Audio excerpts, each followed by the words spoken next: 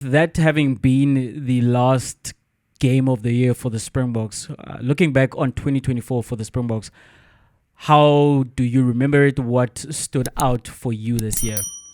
What stood out for me was, I think, if I were to bring in the idea that we had this conversation in terms of we're world champions, we're as good as we think we are. What should this year look like? And we wanted the URC, the rugby championship specifically, and we got that. And I think that stood out for me in terms of we're not just there for every 4 years. We peak and we shine, but in between we're starting to pick up those victories. And I think the winning record as well. I mean, if you look at the games that we lost against Ireland and against Argentina, it could have gone either way. And I know there were much change sides in both those games. So we could have been perfect. I look at that and I say we could have been perfect. I look at this year in terms of us transitioning into a different playing style, us transitioning into using other players to find more depth in the side in terms of when players go down with injury or when players move on, like we would have Vili Leroux or maybe Mapimpi who won't make it into the next World Cup cycle. We've got players to step in. And I think Rusty used a total of 52 players just in this calendar year. And so if you look at that particular stat and the fact that we've just lost 2 games the entire year, that's brilliant, you know. I'm looking for a year, maybe that is next year, where we win everything. I think we're capable. I think we are that Oh, good. the greed, Chuck. We must. Never satisfied. Never strike satisfied. while the iron is hot. I think the emergence of Sasha Feinberg Mngomezulu as well, that was great. Everyone stood up and paid attention. I mean, I think if he wasn't injured, maybe he pips Wallace Atiti for that breakthrough player of the year because he had everyone's interest peaked. He took to it like a duck to water or a fish in water. It's one of those marine animals. Is a duck a marine animal? Is it really? I don't know. But It's in water. it went swimmingly. Let's go with that one, right? It went swimmingly for him. He announced himself quite well on the stage, and I think we got to see more players, more depth. Because I would have picked Ibn Etzebeth for Player of the Year because I know in the Rugby World Cups Peter Steff was immense, but I think throughout the Rugby Championship. The visit of the Irish and this autumn series, I think Ibn Etzebeth was quite immense, and I think he goes unnoticed because Peter Steff is always putting in a shift every game, you know. But I think in this particular year he matched him, and I think he pipped him, and that's who I would have picked. But all in all, Jay, I'm happy with the brains trust. I'm happy with the new talent, and I'm just itching to see what we look like in the next iteration of the Springboks. Yeah, Chuck. For me, it is that dominance, right? It is the fact that we care enough about a year that is not a World Cup year, where we go out there and we flex our muscle, which is exactly what happened this year. You mentioned the 2 losses, just 2 losses on the record. I don't quite recall when last we had a record that only read 2 losses in that loss column, and it's about damn time. You know, so that was great to see that we were putting opponents away. Close games, blowouts. We played up to the competition every single time, whoever was placed in front of us.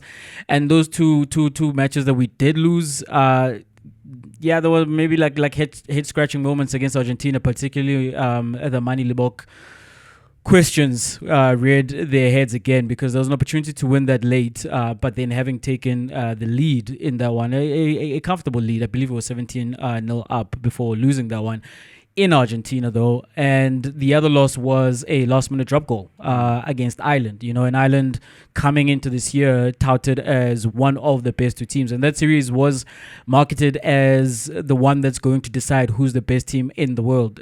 Very clearly, the team that holds the world championships should be considered the best team in the world. But Ireland, they're really up there as one of the better teams we've seen, particularly from that nation in their history. So it's not a bad thing to draw a series against them, even though we were playing at home.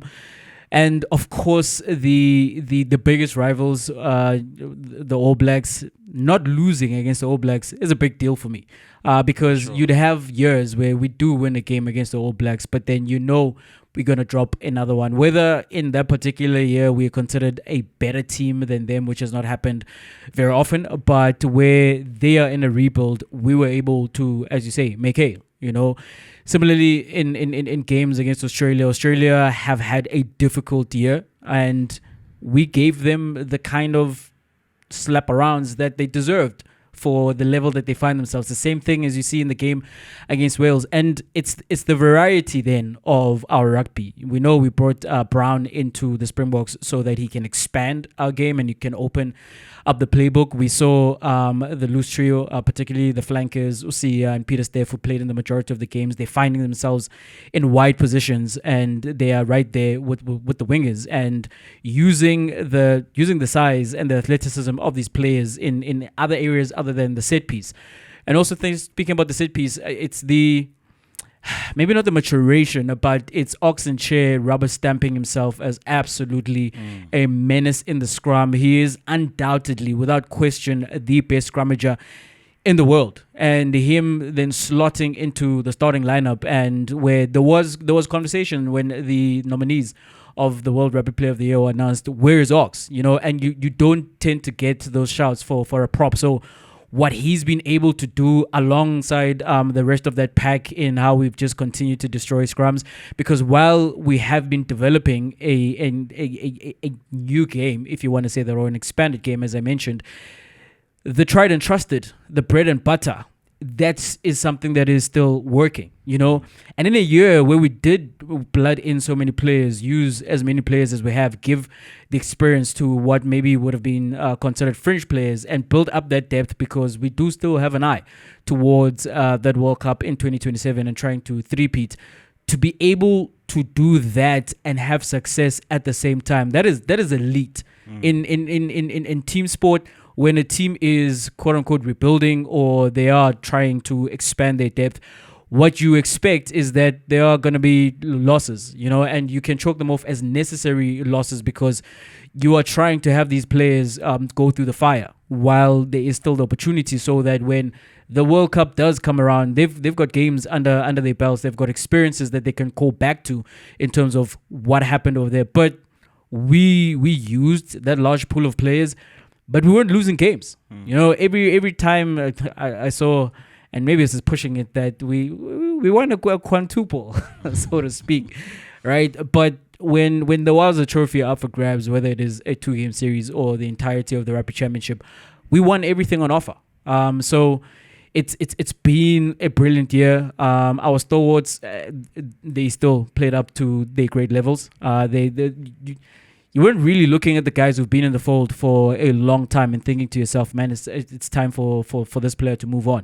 You think fullback, for example, where Willemse, will find out if he's still the incumbent number one in that 15 jersey. Apelele Fassi made a comeback into the team, the Church of Fassi.